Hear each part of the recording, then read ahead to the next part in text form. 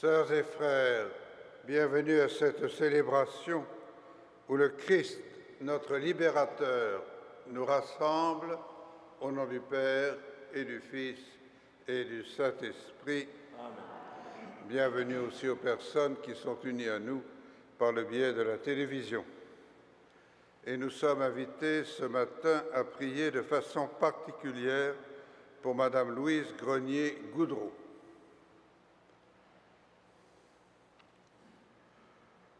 La grâce de Dieu le Père, l'amour de Jésus-Christ et la communion de l'Esprit Saint soient toujours avec vous. Et avec votre esprit. Tournons-nous vers le Père de toute miséricorde pour que notre vie soit transformée.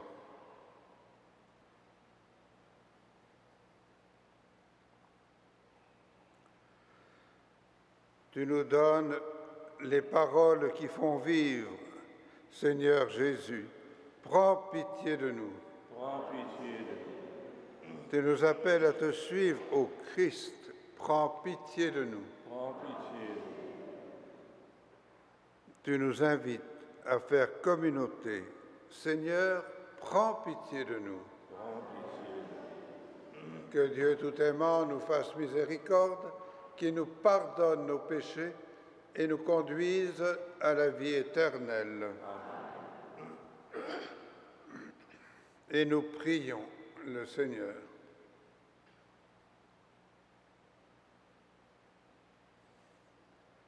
Dieu éternel et tout-puissant, dirige notre vie selon ton amour, afin qu'au nom de ton Fils bien-aimé, nous portions des fruits en abondance. Par Jésus-Christ, ton Fils, notre Seigneur et notre Dieu, qui vit et règne avec toi et le Saint-Esprit, maintenant et pour les siècles des siècles. Amen.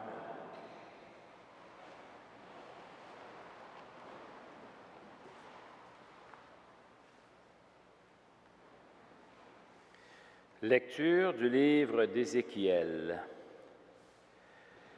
Le 5e jour du 4e mois, dans la 5e année qui suivit la déportation à Babylone du roi Jéconias, la parole de Dieu fut adressée au prêtre Ézéchiel dans le pays des Chaldéens, au bord du fleuve Kébar, et la main du Seigneur se posa sur lui. J'ai eu cette vision. Un vent de tempête qui venait du nord, un gros nuage irradié par une succession d'éclairs et, au milieu, comme un scintillement de vermeil.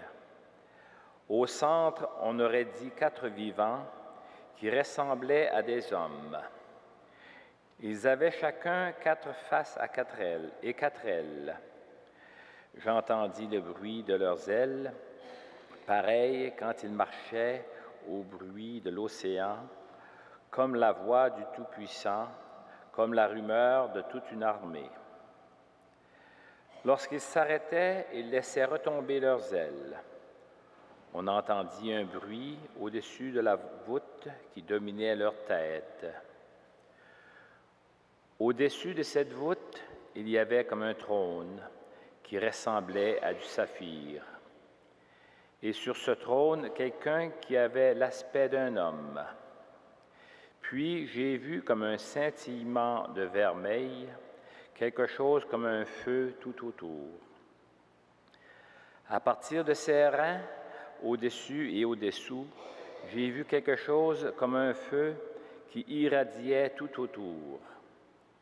Comme l'arc-en-ciel dans la nuée un jour de pluie, ainsi apparaissait ce rayonnement. C'était le reflet de la gloire du Seigneur. En voyant cela, je tombai la face contre terre. Parole du Seigneur.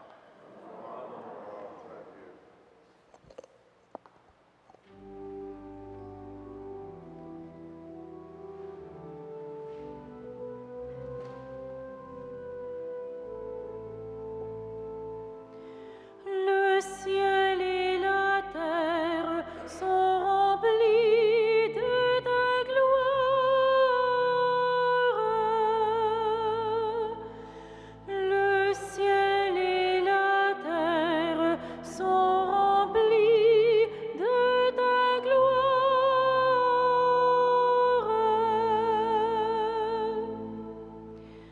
Louez le Seigneur du haut des cieux, louez-le dans les hauteurs.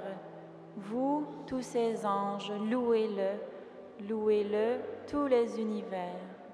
Les rois de la terre et tous les peuples, les princes et tous les juges de la terre, tous les jeunes gens et jeunes filles, les vieillards comme les enfants, qu'ils louent le nom du Seigneur, le seul au-dessus de tout nom. Sur le ciel et sur la terre, sa splendeur, louange de tous ses fidèles. Le ciel et la terre sont remplis de ta gloire.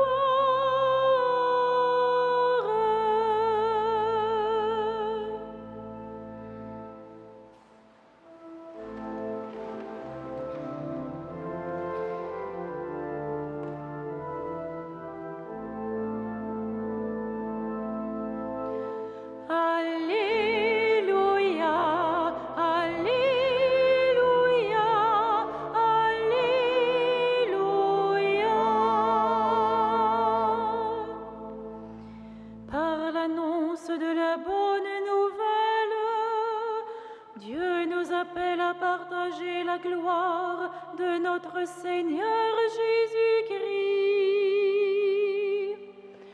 Alléluia, Alléluia, Alléluia.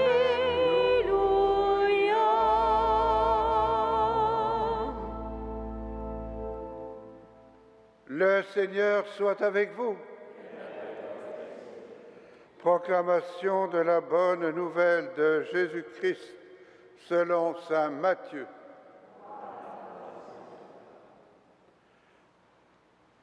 Comme Jésus et les disciples étaient réunis en Galilée, il leur dit : « Le Fils de l'homme va être livré aux mains des hommes. Ils le tueront. Et le troisième jour, il ressuscitera. » Et ils furent profondément attristés. Comme ils arrivaient à Capharnaüm, ceux qui perçoivent les 2 drachmes pour le temple vinrent trouver Pierre et lui dirent : « Votre maître paie bien les 2 drachmes, n'est-ce pas ? » Il répondit : « Oui. » Quand Pierre entra dans la maison, Jésus prit la parole le premier. « Simon, quel est ton avis ? Les rois de la terre, sur qui perçoivent-ils les taxes ou l'impôt ? Sur leurs fils ou sur les autres personnes ? » Pierre lui répondit : « Sur les autres. » Et Jésus lui reprit : « Donc les fils sont libres. Mais il faut éviter d'être pour les gens une occasion de chute. Va jusqu'au lac, jette l'hameçon et saisis le premier poisson qui mordra. Ouvre-lui la bouche et tu y trouveras une pièce de 4 drachmes. Prends-la, tu la donneras pour toi et pour moi. » Acclamons la parole de Dieu. Louange à toi, Seigneur Jésus.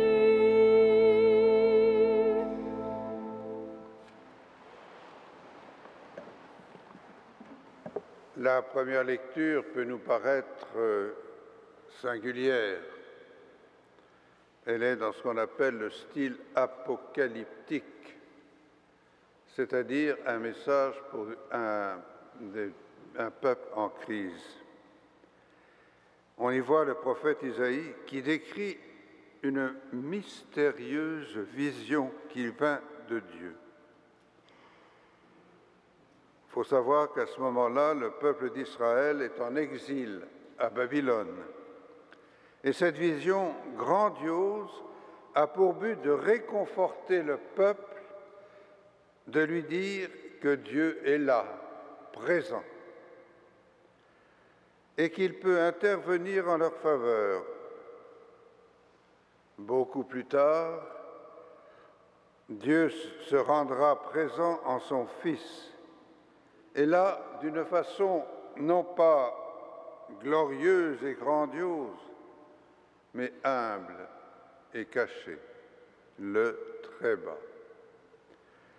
La présence du Fils de Dieu a été le signe de son amour pour toute l'humanité. Et cette présence divine, amoureuse et libératrice, est toujours parmi nous, encore aujourd'hui. Par son Église, au cœur des événements et chez de nombreuses personnes, les signes du ressuscité surgissent en toute discrétion. Dieu nous montre son visage en Jésus pour nous révéler sa bonté de multiples manières. Quand Israël est sorti d'Égypte pour échapper à l'oppression, Dieu s'est dévoilé comme un libérateur. Avec l'incarnation du Fils de Dieu, cette libération se fera plus intérieure, car le Seigneur vient nous libérer du péché et de la mort. Avec le Christ, un monde nouveau grandit au sein de l'humanité. Le royaume de Dieu, dans l'Évangile du jour, Jésus nous invite à être libres vis-à-vis de tout pouvoir, humain ou politique. En envoyant l'apôtre Pierre à la pêche pour qu'il trouve la somme exacte afin de payer l'impôt, Jésus démontre sa liberté. La scène nous dit aussi que par l'intermédiaire de son Fils, Dieu pourvoit au nécessaire pour notre vie. Comme le Christ, nous sommes fils et filles de Dieu, donc libres pour accomplir ce qui est bien et faire avancer le royaume. Amen.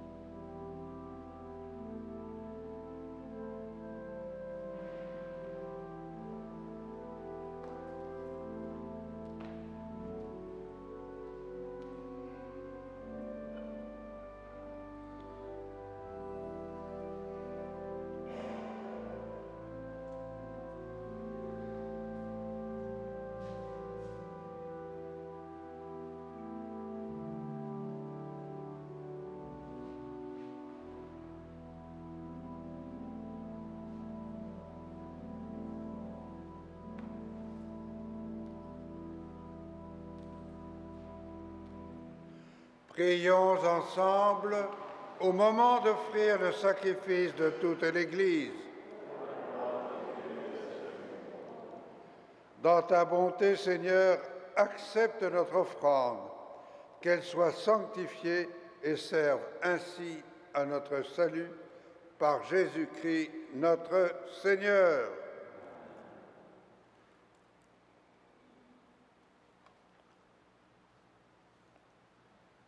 Le Seigneur soit avec vous. Et avec votre esprit. Élevons notre cœur. Nous tournons au Seigneur. Rendons grâce au Seigneur notre Dieu. Cela est juste et bon. Vraiment, il est juste et bon de te rendre gloire, de t'offrir notre action de grâce toujours et en tout lieu. À toi, Père très saint, Dieu éternel et tout-puissant, c'est par ton Fils bien-aimé que tu as créé l'homme, et c'est encore par lui que tu en fais une créature nouvelle.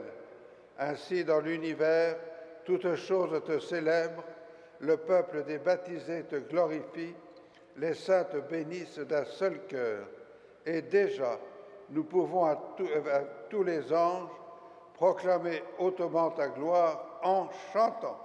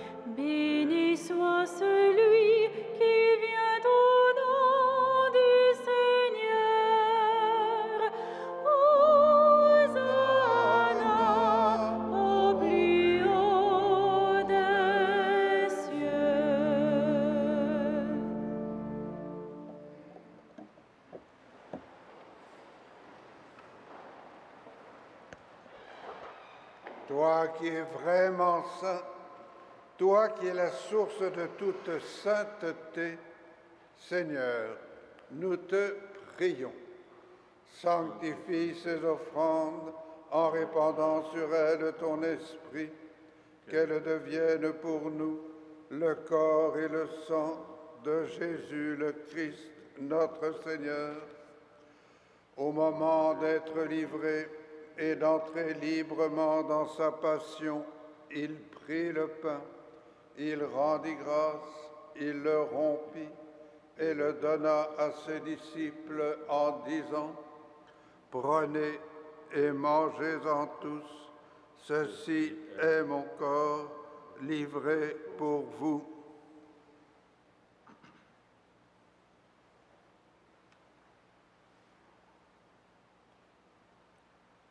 De même, à la fin du repas, il prit la coupe. De nouveau, il rendit grâce et la donna à ses disciples en disant : « Prenez et buvez-en tous, car ceci est la coupe de mon sang, le sang de l'alliance nouvelle et éternelle, qui sera versé pour vous et pour la multitude en rémission des péchés. Vous ferez cela en mémoire de moi. »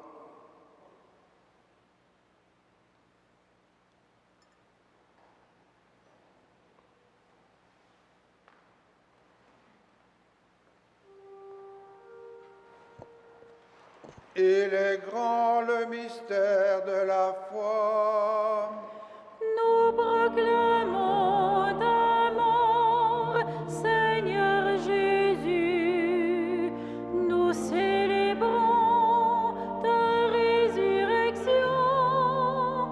Nous attendons ta venue dans la gloire.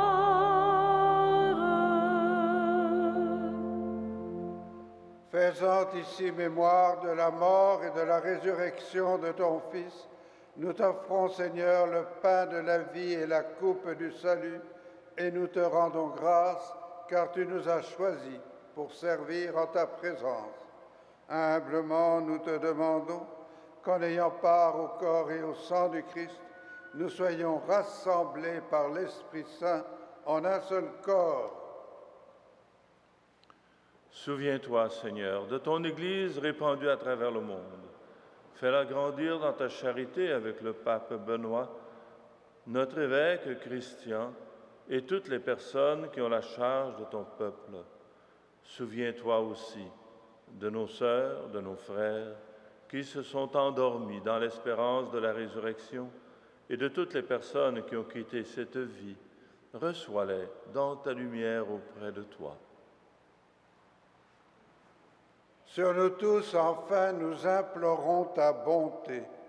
Permets qu'avec la Vierge Marie, la bienheureuse Mère de Dieu, avec Saint Joseph son époux, les apôtres, le Saint Frère André et les saints de tous les temps qui ont vécu dans ton amitié, nous ayons part à la vie éternelle et que nous chantions ta louange par Jésus-Christ, ton Fils bien-aimé.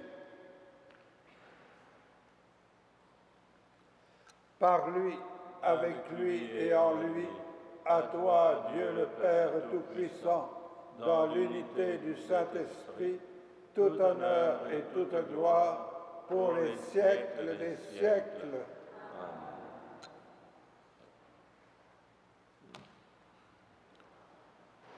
Unis dans le même esprit, porteurs de la même espérance, nous pouvons dire avec confiance la prière que nous avons reçue du Sauveur. Notre Père qui es aux cieux, que ton nom soit sanctifié, que ton règne vienne, que ta volonté soit faite sur la terre comme au ciel. Donne-nous aujourd'hui notre pain de ce jour. Pardonne-nous nos offenses, comme nous pardonnons aussi à ceux qui nous ont offensés. Et ne nous soumets pas à la tentation, mais délivre-nous du mal. Délivre-nous de tout mal, Seigneur, et donne la paix à notre temps. Par ta miséricorde, libère-nous du péché, rassure-nous devant les épreuves, en cette vie où nous espérons le bonheur que tu promets et l'avènement de Jésus-Christ, notre Sauveur.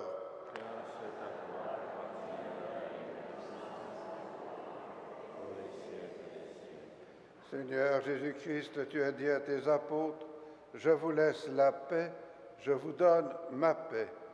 Ne regarde pas nos péchés, mais la foi de ton Église. Pour que ta volonté s'accomplisse, donne-lui toujours cette paix et conduis-la vers l'unité parfaite.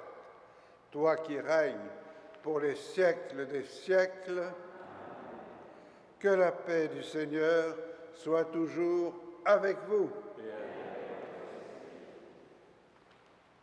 Agneau de Dieu, qui enlève le péché du monde, prends pitié de nous.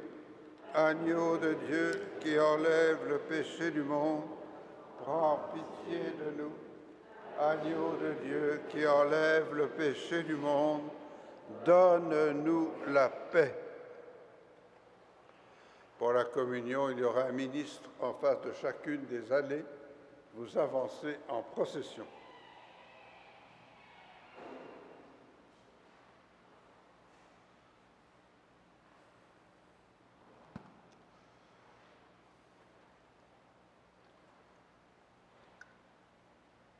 Ensemble, approchez du Seigneur, resplendissez de sa lumière et sur votre visage, il n'y aura plus d'ombre. Heureux les invités au repas du Seigneur. Voici l'agneau de Dieu qui enlève le péché du monde. Seigneur, je ne suis pas digne de te recevoir, mais dis seulement une parole et je serai guéri.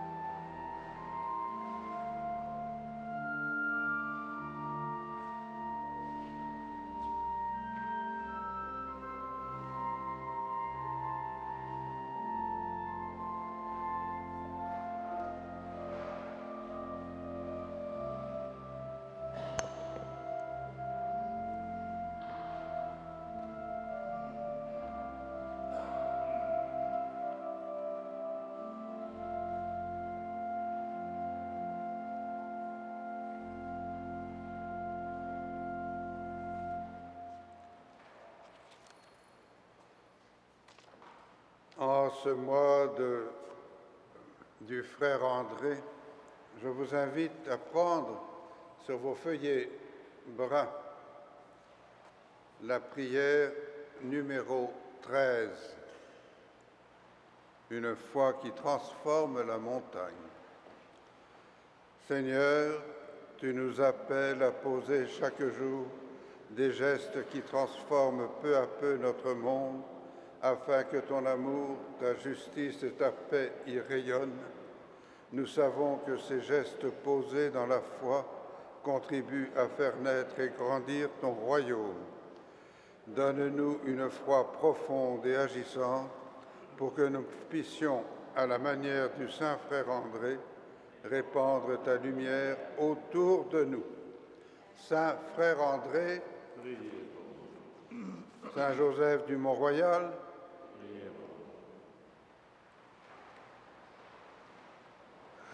et nous prions le Seigneur.